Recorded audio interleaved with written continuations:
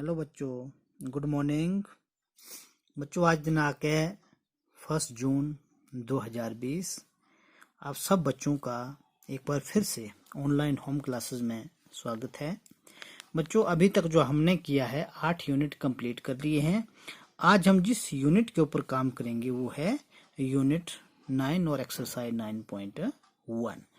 अध्याय का नाम है त्रिकोणमिति के कुछ अनुप्रयोग, या इसको यूं कहें सम एप्लीकेशंस ऑफ ट्रिग्नोमेट्री। बच्चों, इस एक्सरसाइज को करने से पहले मैं आपको बताना चाहूंगा कि जो हमने 8वां अध्याय किया है कंप्लीट, उसमें एक्सरसाइज है 4, 8.1, 8.2, 8.3 एंड 8.4। उस एक्सरसाइज में मैंने आपको डिटेल में बताया था कि किस प्रकार से जो ट्रिग्नोमेट्री रेशियोज होते हैं उनके जो ये निकाले जाते हैं। ये मैंने पीछे आपको जो प्रीवियस वीडियो सेंड किए हैं सारा आपको करवा के दिया है, और इनका यूजेस हम यहाँ पर करेंगे। तो मुझे आशा है कि आप सब बच्चों ने इसको अच्छे से समझ लिया होना, और जो भी इसके एंगल्स हैं सबको अच्छे से लर्न कर लिया होगा। तो इस एक्सरसाइज में ये सारे यहाँ पर काम आएंगे। बच्चों, आइए सीधा क्वेश्चन के ऊपर चलते हैं। बच्चों, फर्स्ट क्वेश्चन है, a circus artist is climbing a 20 metre long rope which is tightly stretched and tied from the top of a vertical pole to the ground.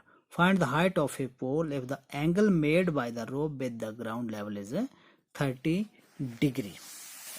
या यूं कहें, सर्कस का एक कलाकार एक 20 मीटर लंबी डोर पर चढ़ रहा है और अच्छी तरह से तनी हुई और भूमि पर सीधे खड़े लगे खंबे के शिखर से बंधा हुआ है। यदि भूमि स्तर के साथ डोर द्वारा बनाया गया कोण 30 डिग्री का है तो खंबे की ऊंचाई ज्ञात कीजिए। तो बच्चों, मुझे आशा आप लोगों को ये प्रश्न अच्छे से समझ आ गया होगा। आपको फिर से मैं बता दूं कि यहाँ पर इस प्रश्न में आपसे पूछ रहे हैं ये कि एक खंभा है, राइट, वर्टिकल, बिल्कुल सीधा खड़ा खंभा है। खंभे की चोटी पर एक रस्सी बांधी गई है और उस रस्सी का दूसरा सिरा बिल्कुल नीचे ग्राउंड धरती पे बांधा गया है, और रस्सी जो बिल्कुल टाइट है, और रस्सी की लंबाई इस प्रश्न में दे के रखी है 20 मीटर, और ग्राउंड लेवल के साथ ये रस्सी कोण बना रही है 30 डिग्री का, राइट। तो हमसे पूछ रहा है कि इस खंभे की ऊंचाई ज्ञात करो। तो बच्चों, मैं आपको एक ही चीज इसमें बताऊंगा कि आपको सबसे पहले तो ये फॉर्मूला भी आपको इसमें अच्छे से लर्न होना चाहिए। जैसे आपको मैंने पहले बता के रखा था कि पंडित बद्री प्रसाद हर हर बोले, और यहाँ पर पी, बी और एच क्या होते हैं? पी होता परपेंडिकुलर, जिसको हिंदी में लंब कहते हैं। बी होता बेस, इसको आधार कहते हैं। एच होता हाइपोटेनस, इसको कर्ण कहते हैं, राइट। जब इन रेशो को निकालने की बात हो तो साइन का अगर निकालना हो, कोई भी एंगल हो हमारे पास 90 से, साइन अगर की हमने निकालनी हो तो ये आएगा P बाई एच, ये रेशो होगा P बाई एच का रेशो। अगर कॉस हमने निकालना है तो B बाई एच, या tan निकालना तो P बाई बी, या यूं कहें कोई भी हमारे पास रेशो हो P बाई एच अगर हो तो अब लिखेंगे इज इक्वल टू साइन कोण जो भी हमें गिवन है। या अगर हमारे पास रेशो उल्टे हैं h बाई पी तो वो होगा कोसिकेंट, राइट। अगर h बाई बी है तो होगा सीकेंट, और b बाई पी है तो वो होगा कोट। तो बच्चे याद रखें, यही फॉर्मूले इन प्रश्नों में इम्प्लीमेंट होंगे। इन फॉर्मूलों को हम अच्छे से लर्न कर लेंगे तो हमारे जितने भी समय काफ़ी अच्छे से हो पाएंगे। आओ बच्चों, सीधे प्रश्न के ऊपर आते हैं। हमारे पास एक खंभे की ऊंचाई, ये हमने माना खंभे की ऊंचाई, हाइट ऑफ पोल, इसको मैंने h मीटर माना, दिख रहे हैं आप। ये हमने निकालना है, लेकिन हमें नहीं दिया तो इसलिए मैंने सपोज किया that is h metre, right. Length of a rope, जो रोप की लंबाई है, रस्सी, ये रस्सी है AC, दैट इज रोप, ये रस्सी है, और रस्सी की लंबाई हमारे पास गिवन है AC, इसको मैंने यहाँ पे मेंशन कर दिया है, और ये गिवन है हमारे पास 20 मीटर। अब इसमें एक ही बात बच्चों आपने याद रखनी है, ठीक है, जो यहाँ पर निकालना है हमने, ठीक है, उसको अब यहाँ पर ए बी हमने निकालना है, ठीक है। और जो गिवन है ए सी, जो दिया है ए सी, बस यही बात याद रखनी कि जो निकालना होता है, जो साइड निकालनी होती है उसको हम ऊपर रखेंगे। अलग अलग करने की मेथोडोलॉजी है, जो मुझे ठीक लग रहा है मैं आपको उसी को सजेस्ट करूंगा, ये काफ़ी इजी है। तो जो आपको निकालना है, ठीक है, जो साइड निकालनी है उसको ऊपर रखना है। जो साइड गिवन होती है इस ट्रायंगल में, क्योंकि हर प्रश्न में इस एक्सरसाइज में आपके पास ट्रायंगल ही बनेंगे, क्योंकि ट्रिग्नोमेट्रिक होता ही इसी से है, जो ट्रिग्नोमेट्रिक सम है ये। तो जो निकालनी उसको ऊपर रखा, ये ए बी देखो निकालनी है साइड मैंने ऊपर रखी, और ए सी गिवन है तो मैंने इसको नीचे रखा, जो दी हुई है वो नीचे रखी। अब ए बी है क्या, ठीक है, ए बी परपेंडिकुलर है, देख रहे हैं आप। और ए सी क्या है, ए सी है, क्या है ए सी, हाँ हाइपोटेनस, इसको एच से डिनोट करेंगे, देख रहे हैं आप। बस यही एक ही स्टेप है यहाँ पे, अगर ये आपको समझ में आ गया तो समझ लो आपका सम ही पूरा कंप्लीट हो गया। अब ये आया पी बाई एच और एंगल दिया आपको 30 डिग्री। अब यहाँ पर देखेंगे आप, ये आपने रफ में करके रखना है इस तरीके से कि आपको करने में इजी हो जाए। पी बाई एच होता है क्या, साइन, तो यहाँ पे मैं लिखूंगा साइन, और कितना, जो एंगल यहाँ पर दिया होता है 30 डिग्री। बात समझ में आई आपको। एक बार फिर से मैं रिपीट कर रहा हूँ, सॉरी ये ट्रायंगल तो बनता ही बनता हर सम में, बट इसमें एक बात ध्यान रखनी, जो साइड आपको चाहिए है उसको मैंने ऊपर रखा, ए बी, क्योंकि इसमें पोल है, ये पोल की हाइट मुझे चाहिए तो ए बी है ये लिखी हुई, मैंने इसको ऊपर रखा। जो दी हुई है उसको मैंने नीचे रखा, ठीक है। अब एच को ए बी को मैंने सपोज क्या किया है, ए पी है क्या, ए बी है परपेंडिकुलर, ठीक है, इसको पी लिखा, और ये क्या है हाइपोटेनस, और इसको मैंने एच लिखा। अब इसके बाद हमने ये आइडेंटिफाई करना है कि पी बाई एच ये रेशो है, ठीक है, तो एक किसका होता है पी बाई एच, ये है साइन। अगर ये एच वाई पी होता है, यहाँ पे एच वाई पी होता, एच वाई पी होता तो मैंने ये लेना था cosecant, right. P by H है तो मैंने साइन लिखा 30, जो भी यहाँ पे एंगल दिया हो 30 डिग्री। अब नेक्स्ट हमारा स्टेप होगा, अब यहाँ पर देखेंगे P के क्या लिया है हमने, P लिया हमने H, ये सपोज किया है, ये सपोज किया हमने, छोटा है स्मॉल h हाइट, और ये हाइपोटेनस कितना हमारे पास 20, इसकी जगह मैंने 20 लिखा, इज इक्वल टू, अब साइन 30 की वैल्यू, साइन 30 होता है कितना 1/2। देखो कुछ नहीं किया, ये पहला स्टेप लिया, अगले स्टेप में सिर्फ वैल्यू भरी, P की जगह H भरा, और जो हाइपोटेनस की जगह 20, और साइन 30 की जगह मैंने लिखा 1/2। अब एच निकालना, एच को अलग करना पड़ेगा, तो यहाँ से क्रॉस मल्टीप्लाई हो जाएगा 20/2, 20/2, इसको काटा, ये हमारे पास आया 10 मीटर। एच आपके पास आ गया 10 मीटर। काफी इजी है, सिंपली है, यहीं से आपको एक सम आता है, वो भी 5 नंबर का, राइट। आओ बच्चों, फर्स्ट क्वेश्चन हमारा कंप्लीट हो गया। अब सेकंड क्वेश्चन के ऊपर आते हैं। A tree breaks due to a storm and the broken part bend so that the top of a tree touches the ground making an angle 30 degree. The distance between the foot of the tree to the point where the top touches the ground is 8 metre. Find the height of a tree. अब इसमें एक पेड़ दिया गया है, प्रश्न की जो अंडरस्टैंड करने की बात है तो मैं आपको बता दूं, इसमें क्या दिया गया है, एक पेड़ दिया गया है, और पेड़ बीच से टूट गया है, जहां से टूटा कुछ थोड़ा सा हिस्सा जुड़ा रह गया, और बाकी जो उसकी चोटी थी नीचे ग्राउंड के साथ टच हो गई। तो जो चोटी टच हुई उसने ग्राउंड के साथ एंगल बनाया 30 डिग्री का, राइट।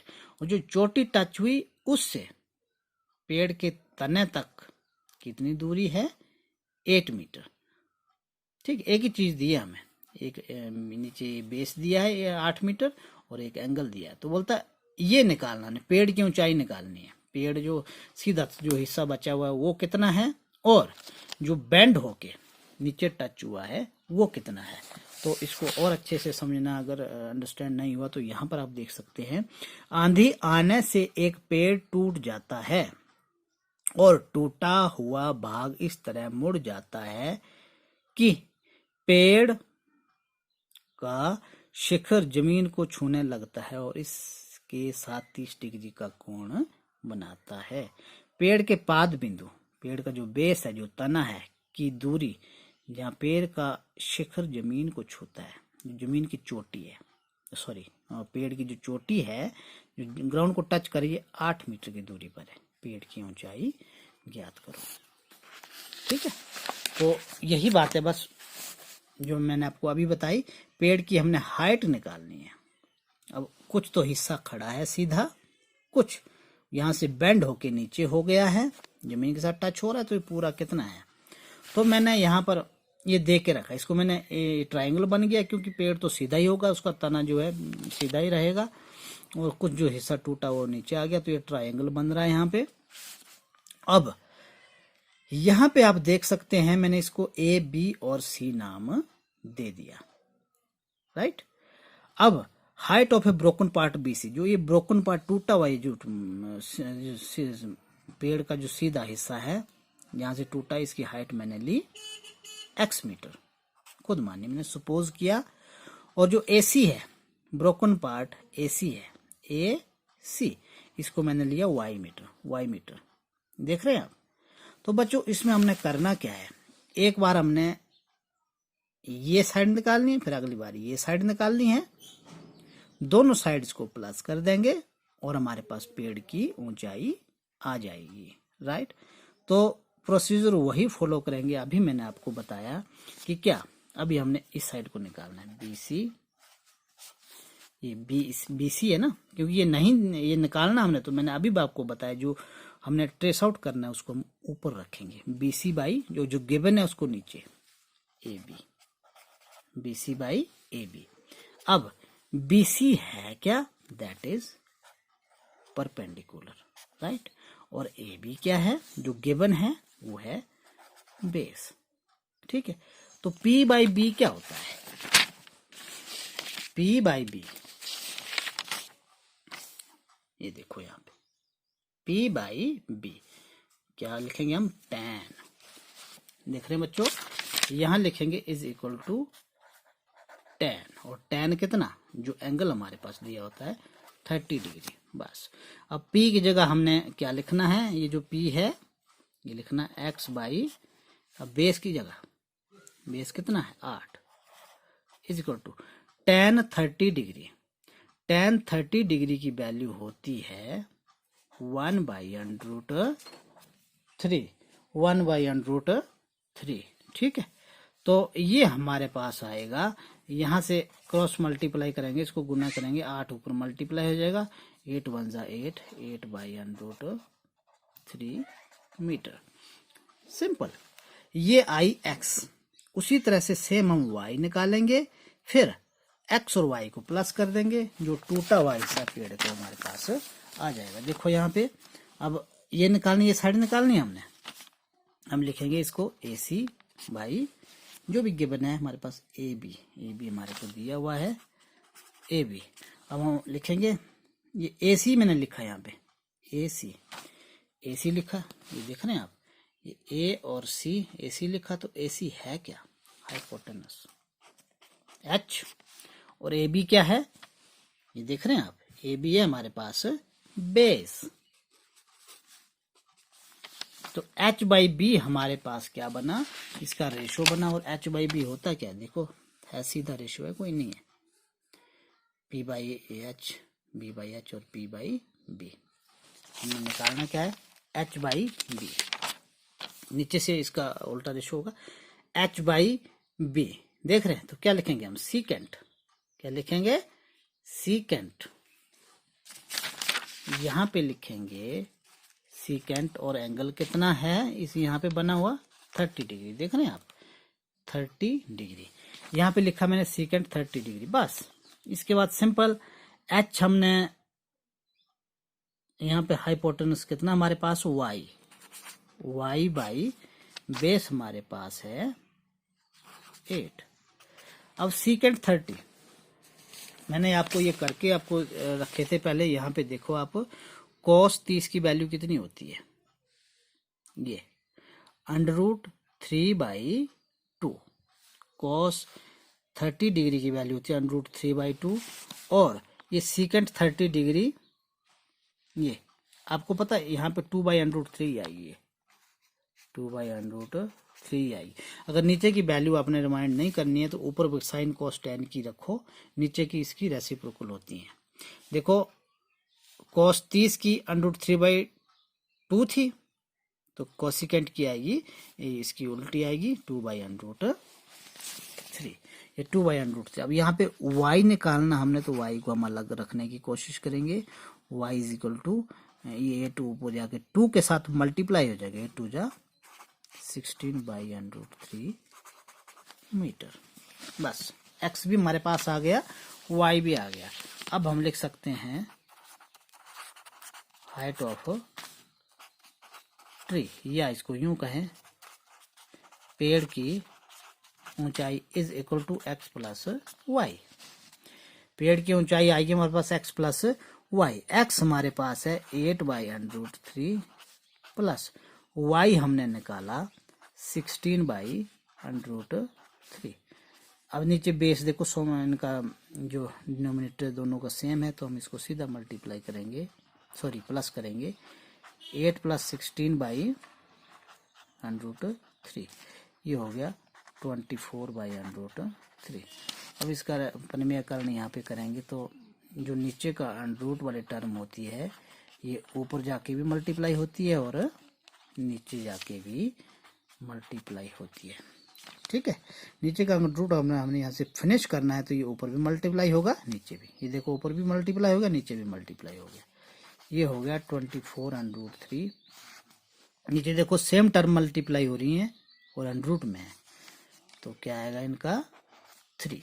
अब 3 ऊपर के साथ कैंसिल हो जाएगा, 8 3 जा 24, ये आएगा 8√3 मीटर। ये आई आपकी पेड़ की ऊंचाई, राइट।